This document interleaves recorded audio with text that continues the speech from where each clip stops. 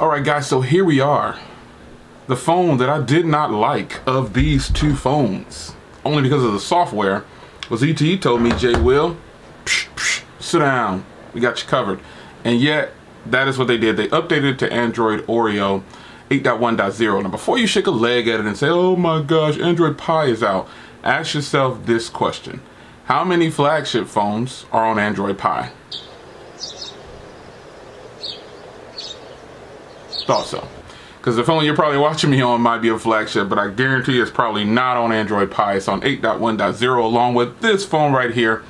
And that is something to be excited about. So, this phone is offering a lot. First, I want to say, I think ZTE did something different this year by putting out a phone that can actually work on Verizon. So they're really shaking it up. This works on Verizon, AT&T, T-Mobile, and then any other GSM provider. No Sprint right now, because Sprint's probably going to be up under T-Mobile in a little bit. So this is a huge plus. It works on all the carriers, minus Sprint. But this is a plus. Motorola, look out, because right now, at the recording of this video, this phone is $169, and it is doing a lot of things right. Headphone jack, check. 4,000 milliamp hour battery, check. 1080p display, check. I gotta tell you. Oh wait, stereo speakers, Dolby Atmos, check, check. Yeah, aluminum build, nice little design, fingerprint reader, Type-C, check, check, check. Yeah, they decided to go ahead and for the budget game, really throw it out there, and I could really appreciate that. It even has an SD card, check. So, what's not to like about this phone? Can't figure out anything yet. I could have a wish list, wishing that it would have gotten at least a Snapdragon 625.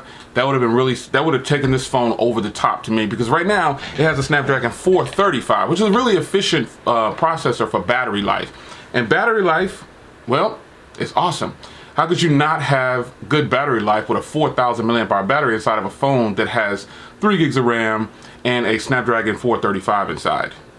It's going to be great. So the main focus I wanted to get back to you on this video was the software.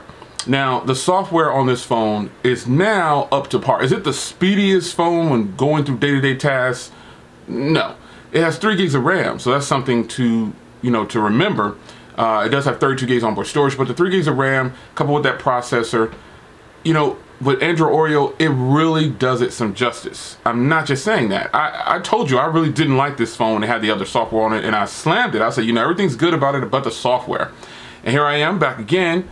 The software got updated, and they brought the thunder. They put it on par with this phone right here, which is their other release. Both phones are now awesome. ZTE has 2 phones on the market that could be wrecked, that you need to check them out. Especially if you want to jump from carrier to carrier, minus Sprint. So that being said, the performance on this thing has been great. I mean, it's like any other stock Android phone. There's phones that I have with 1 gig of RAM with stock Android Motorola that runs like a champ. And this phone now is no exception. You've got stock Android, period. It is good, folks. No ifs, ands, or buts.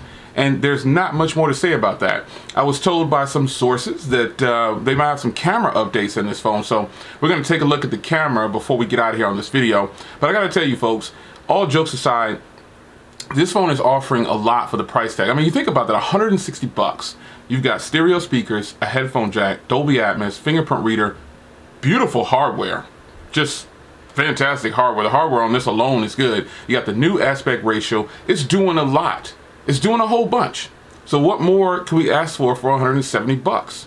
Let's take a look at these cameras, and then I'm gonna get out of here.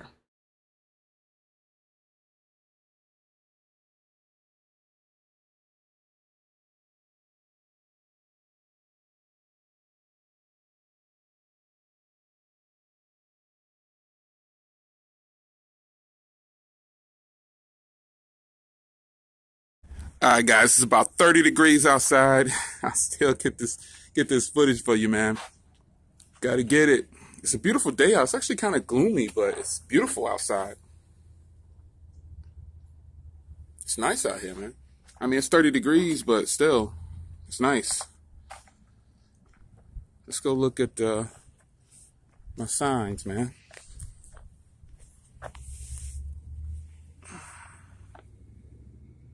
Yeah, it's raining a little bit.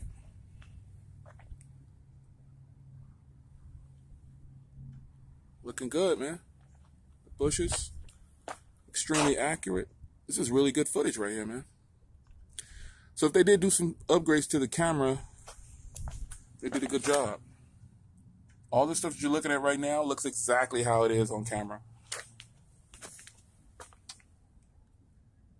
I mean, sometimes you have to ask yourself, why am I spending so much on phones? In today's world, you have to ask yourself that a lot. All right. Well, are you impressed? I am this time around. I think the Blade Max View, I'm not just saying it, it is really a contender. I mean, you think about how this phone does for photos, video, still shots. I mean, I think the camera might have gotten a little bit of an update because this thing has what they call portrait mode, and it also says it has bokeh effect. But you saw from the test there, with the bokeh effect, you can pretty much just adjust the aperture to what you want. But overall, the phone itself performs good. It does everything a person could want for day-to-day tasks, and it will get the job done at a very affordable price. Now, what don't I like about this phone on my final say-so on the out? The top and bottom. I don't know what was happening down here on the chin, but the top part of it, I could live with that. But I guess they wanted to make it a little bit uniform, so they gave it a big top and bottom. But they could have just done some capacitive buttons. I don't know. But the phone itself, you know, with the Snapdragon 435, it's gonna do well. It's gonna perform like you know that it's gonna perform. Something that I don't really talk about on videos, and some people ask me why. I don't normally address it unless there's a problem with it, but that's the cell coverage. The cell phone coverage on here, me testing it on T-Mobile and Sprint, not Sprint, T-Mobile and Cricket have been great. I don't foresee having a problem with using this on Metro, Cricket, T-Mobile, AT&T, and on the website it says it'll especially work good on Verizon. So I don't know anybody using it on Verizon yet. If you have Verizon and you're using it, please leave a comment down below. Let everybody know your experience, and then we'll get some insight on it, because I closed my Verizon account a while ago. It'll also work on Project Fi. Now, I've yet to test it on Project Fi, but you know, I'm sure it'll work. So there you have it, man. The network, phone calls, SMS, emails, internet, everything is working just like it should. I don't have any problems with that. So I want to tell you guys, I can officially give this phone a sign off for now, because it is actually a hot device. What more could I say? Hardware is good, screen's good, camera's good, price is good. It's your man Jay Will. I'll see you guys in the next video. Take care.